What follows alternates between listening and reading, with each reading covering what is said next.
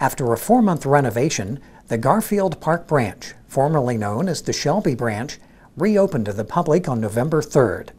The well-attended reopening ceremony focused on the many new service features of the library, including those that will allow it to be called the Green Library in the Park.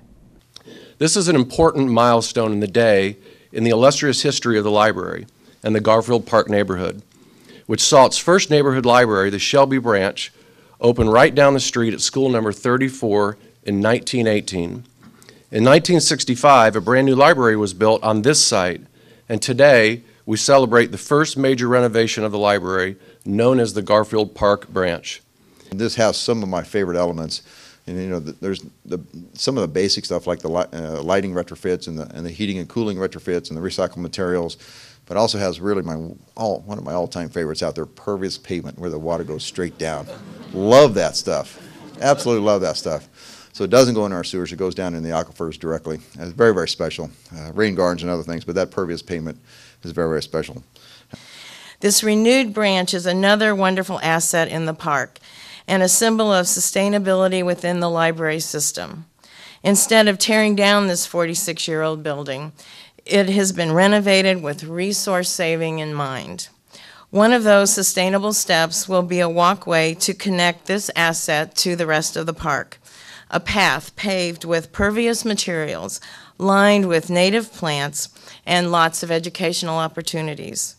The Friends Group is pleased to announce that we will support this venture with a donation of $5,000 to the Indianapolis Library Foundation. 1, 2, 3. You know, this is the sustainable model right now for our libraries. It's very inviting to come in here, but you know, just the way it was built for the long term is very important, I think, for our city. It really gives us a good model with recycled materials on the inside, the lighting retrofits for energy conservation, heating and air conditioning retrofits, which is going to save money and make it more sustainable. I love pervious pavement, as I've said. I think that's tremendous. We've got rain gardens, we've got rain barrels, we've got everything around here to make this a more sustainable building. Which is what we really want to do as we filter throughout the city. As we go throughout the city, we want more people to do this sort of renovation, because it saves, it not only is the right thing to do for the environment, but also saves taxpayer money.